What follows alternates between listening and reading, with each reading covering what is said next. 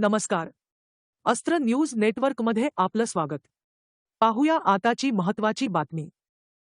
MIDC मधील कंत्राटी पद्धतीने कार्यरत असलेल्या 216 कर्मचाऱ्यांना महामंडळात कायमस्वरूपी नियुक्ती पत्र देत आहे. एमआयडीसीतील कंत्राटी कामगारांना न्याय देऊ शकलो याचं मला समाधान आहे, असे उद्गार पालकमंत्री उदय सामंत यांनी काढले. रत्नागिरी येथील स्वयंवर मंगल कार्यालयात एमआयडीसीमधील कंत्राटी पद्धतीने कार्यरत असलेल्या कर्मचाऱ्यांना सामंत यांच्या हस्ते कायमस्वरूपी नियुक्ती देण्यात आली.